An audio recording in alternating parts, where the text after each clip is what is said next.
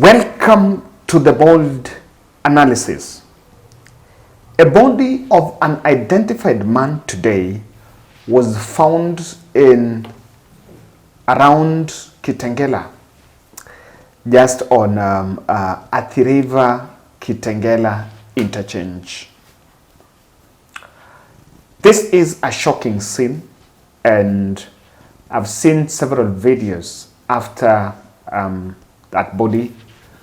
Of course, according to what that gentleman is saying there, the body that was found was shirtless, and the legs were tied by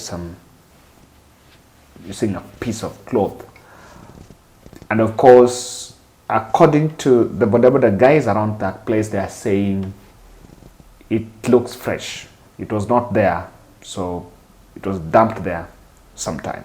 This is the Kitengela Athi River interchange on Mombasa Road, and people are milling around the scene here, where a body has been discovered, thrown by the riverbed.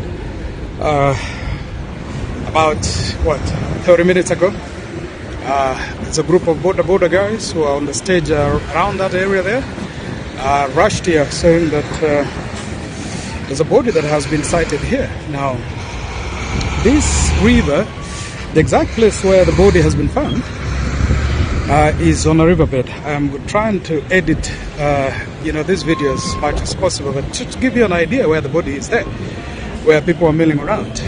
And this area here is very close to the river. You can see the river, the riverbed is there. So the body was found here freshly, dumped.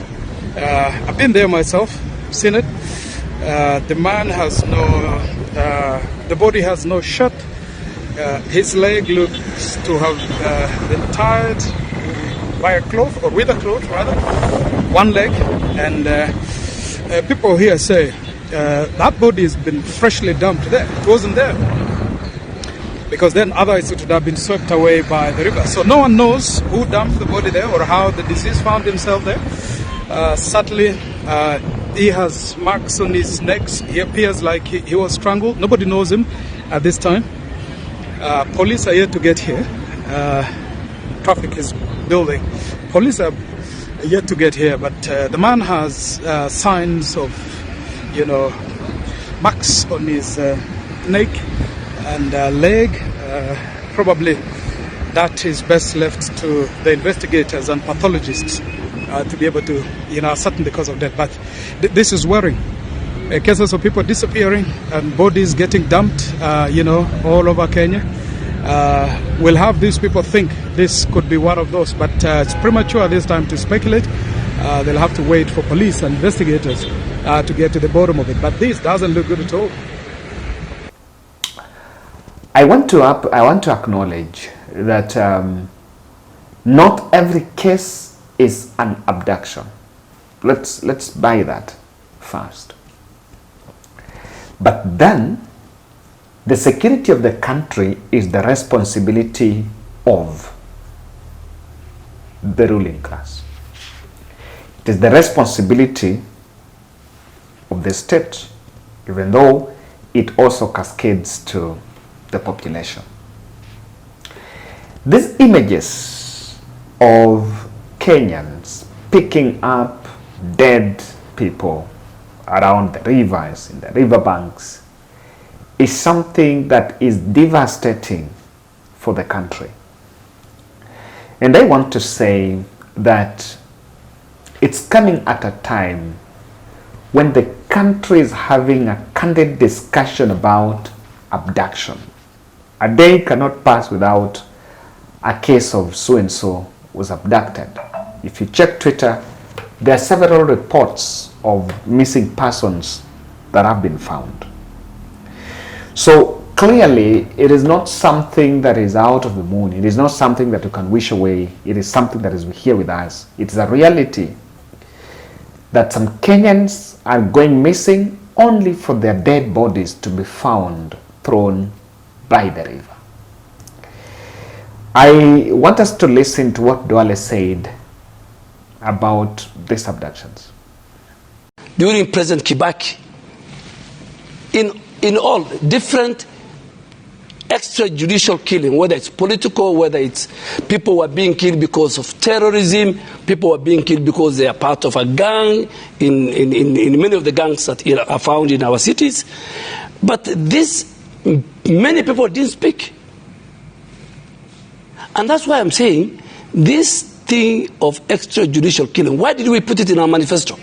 We are the only political outfit in the last election who said, when we come to government, extrajudicial killing, abduction will be of the past. Okay. And I am telling you, watch this space. If there is any organ in government, that is involved in extrajudicial killing, I am sure the new Minister for Interior will find it. Okay. The Constitution does not provide. The Bill of Rights is against the human rights. And I'm talking as a member of Parliament in the 10th, 11th, and 12th Parliament, who I can document for you. What is so wrong with Justin Muturi then speaking? You've just said when they came for so-and-so, we didn't speak. When they came for so-and-so, so what is so wrong with Justin Muturi speaking out against abduction? You have asked me a very good question. I'm one of the senior members in this administration. 22 members of that cabinet are very privileged to hold that position out of the 55 plus million Kenyans. We took an oath. We differ in opinion. We are the only ones who have an access to State House and to the President. The oath we took, if you internalize it, talks about advising the President. Am I right? I have more access than many people watching me as a cabinet. So we differ in subcommittees of cabinet chaired by the Deputy President. We differ on principle, on issues in the full cabinet. And if you give your opinion, but the final decision of the cabinet carries the day, the principle in any cabinet in the world is that you adapt and you abide by that decision. Get to the point. So what I'm saying is, my good friend, I've under him, and I've asked him, CS Muturi had the opportunity to bring even a substantive or an agenda. Every time we finish the cabinet, the President gives every cabinet, and he says, is there anybody with a very burning issue? Are you saying CSS cannot speak in public about these issues? No, let me tell you. The provision of you being a cabinet is a constitutional provision. Ask me issues to do with the environment. If you ask me to do, and every cabinet minister and every principal secretary, every public officer working in government has a job to do. Let me put my voice in this and say this. The state has declined to probe abductions, these killings. They have blatantly given it a blind eye, and they've resorted to some three narratives I want us to get. Number one, that they used to happen during Uhuru Kenyatta era, and no one ever spoke. That to me is a lame excuse, because the fact that it used to happen during Uhuru Kenyatta's time does not mean that it is cool for it to happen now. I don't believe so. It doesn't mean that because it happened then, it is cool and it is fine if it happens now. Number two, police don't know. You can't have the luxury of saying you don't know, because if you don't know, then who knows? At the end of the day, the responsibility lies with the state.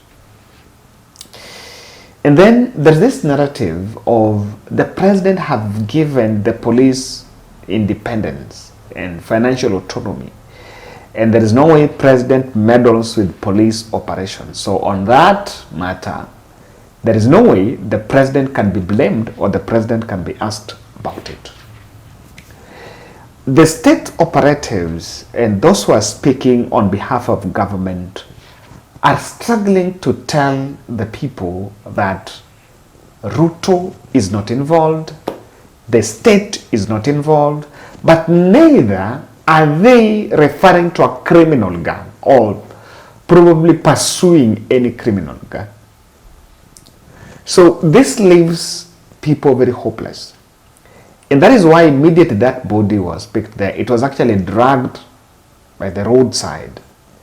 And people who were passing could have a glimpse on it. And in a later Asira. So there was a traffic snarl up along that road because people really reacted to what exactly is happening. So I know that there are several cases that border homicide. There are several cases that border deal gone wrong. You know, there are several other theories around it. But the fact that it happens and it happens in full glare of the cameras and it is when Jiku picking these bodies, it will be so bad if the body is identified as a Kenyan who had gone missing.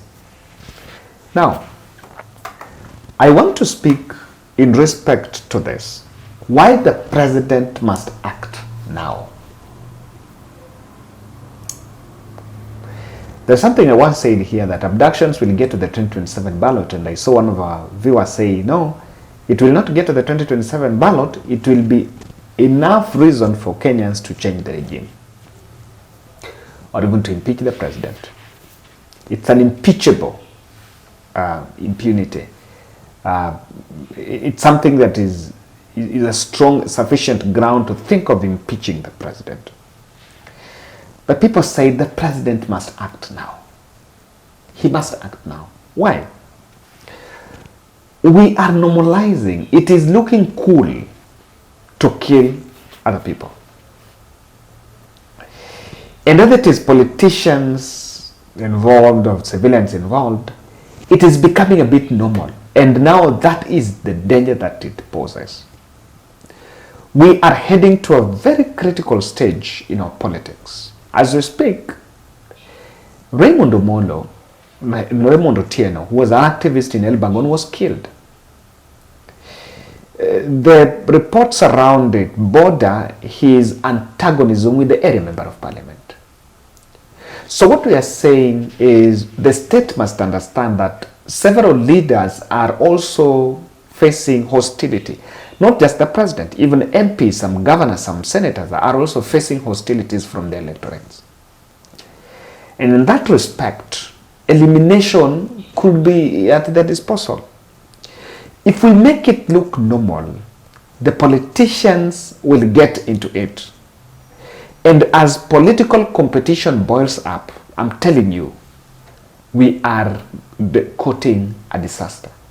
It is time that we must slow down. Sometimes you need to be tactical. You need to slow down. Politicians will take this advantage. Number two, the ICC vector is emerging. I saw Kalonzo saying he's going to, picking up some evidence to indict the president in the ICC. That vector is very strong and it is emerging, and the Kenyan public seems to be thinking, oh, we need to think about that direction. The other issue is security men are getting away with it. When we are comfortably saying it is not us, and the IPOA is saying we cannot investigate the police bosses say it is not, we don't have them under our police stations, and so we don't have them.